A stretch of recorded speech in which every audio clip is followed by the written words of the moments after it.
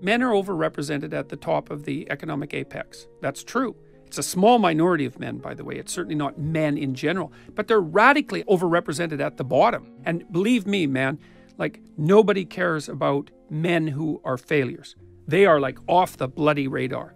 So men stack up at the top and the bottom. And we don't have a discussion about the fact that women are radically underrepresented in dangerous jobs or in trades that require brutal physical labor. Women are radically underrepresented.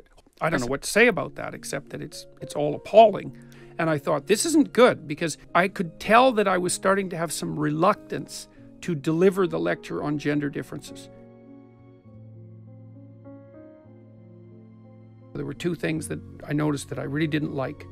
The first is that I could tell that I was starting to have some reluctance to deliver the lecture on gender differences. And I thought, this isn't good, because if someone like me, who's, rather uncontrollably mouthy, let's say, is starting to have second thoughts about teaching what's a very serious topic, then how much are other people starting to censor? And at the same time, my students, many of whom were female, were telling me that they were really hesitant to talk about gender differences in any of the courses they were running.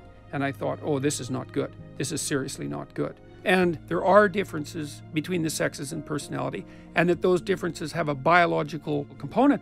Those are liberal and left-leaning people who've drawn those conclusions. And so if you deny the existence of these sex differences, which no serious commentator in the psychological literature, nobody debates whether or not sex differences in personality exist.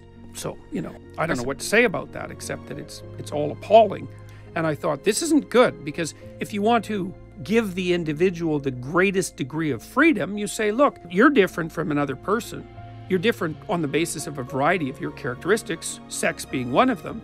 That's going to have some effect on what sort of choices you want to make in your life. It's like, go ahead and make whatever choices you want, as far as they're a direct expression of your being.